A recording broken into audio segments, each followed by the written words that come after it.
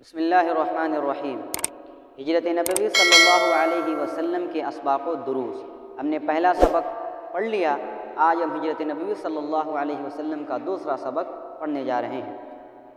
ہجرت نبوی صلی اللہ علیہ وسلم کے واقع ہجرت سے ہمیں دوسرا سبق ملتا ہے کہ جو اللہ کے احکام کی حفاظت کرتا ہے اللہ تعالیٰ اس کی حفاظت کرتا ہے۔ حضرت ابن عباس رضی اللہ تعالی عنہما سے روایت ہے، وہ کہتے ہیں کہ ایک روز میں نبی کریم صلی اللہ علیہ وسلم کے پیچھے سوار تھا تو آپ نے فرمایا کہ اے لڑکے، میں تمہیں چند مفید باتیں بتاتا ہوں، تو اللہ کے احکام کی حفاظت کر، یعنی اس کے احکام کی پابندی کر، وہ تیری حفاظت کرے گا۔ تو اللہ کے احکام کی حفاظت کر، تو اسے اپنے سامنے پائے گا، اور جب بھی سوال کر اللہ سے سوال کر، اور جب بھی مدد طلب کر اللہ ہی سے مدد طلب کر۔ اور یاد رکھ لے کہ اگر ساری دنیا کے لوگ تمہیں نفع پہنچانا چاہیں تو کچھ بھی نفع نہیں پہنچا سکتے جب تک کہ اس نفع کو اللہ تمہارے لیے نہ لکھ دیا ہو۔ اسی طریقے سے اگر ساری دنیا کے لوگ تمہیں نقصان پہنچانا چاہیں تو ہرگز نہیں پہنچا سکتے جب تک کہ اس نقصان کو اللہ نے تمہارے لیے نہ لکھ دیا ہو۔ قلم اٹھا لیے گئے اور روشنائی خشک ہو گئی۔ ذرا غور کیجئے کہ کفار قریش نے آپ صلی اللہ علیہ وسلم کو قتل کرنے کے لیے کس قدر منصوبہ اور پلاننگ کی تھی۔ ننگی تلواروں کے ذریعے سے آپ صلی اللہ علیہ وسلم کے گھر مبارک کو بالکل گھیر لیا تھا۔ بچنے کے کوئی ظاہری اسباب نظر نہیں آ رہے تھے، صرف اللہ رب العزت کی ذات تھی جو اپنے حبیب صلی اللہ علیہ وسلم کو ظالموں کے چنگل سے نکال سکتی تھی۔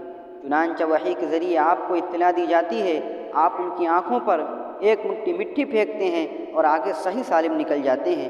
پھر غار ثور میں آتے ہیں، وہاں بھی اللہ نے آپ کو کفار قریش کی نگاہوں سے اجھل رکھا، حالانکہ وہ غار کے دہانے تک پہنچ چکے تھے۔ اسی طرح اللہ تعالیٰ نے آپ کو سراقہ بن مالک کے نرغے سے بھی بچایا، بلکہ وہ الٹے پاؤں کا طالب ہوا۔ غرض ہے کہ جس نے بھی اللہ کے دین و احکام کی حفاظت کی اللہ نے اس کی حفاظت کی۔ حفاظت میں بنیادی مرتبہ دینی حفاظت کو حاصل ہے، البتہ اس میں جسمانی حفاظت بھی شامل ہے، لیکن یہ کوئی قاعدہ کلیہ نہیں کہ نیک لوگ اور پرہیزگار انسان کو کسی طرح کا کوئی زخم نہ پہنچے۔ بسا اوقات نیک لوگوں کو بھی تکلیفیں آتی ہیں جو بطور آزمائش کے ہوا کرتی ہیں، جن سے ان کے گناہ معاف ہوتے ہیں اور درجات بلند ہوتے ہیں۔ خود رحمت دو عالم صلی اللہ علیہ وسلم کو قدم قدم پر تکالیف اور مصیبتوں کا سامنا کرنا پڑا۔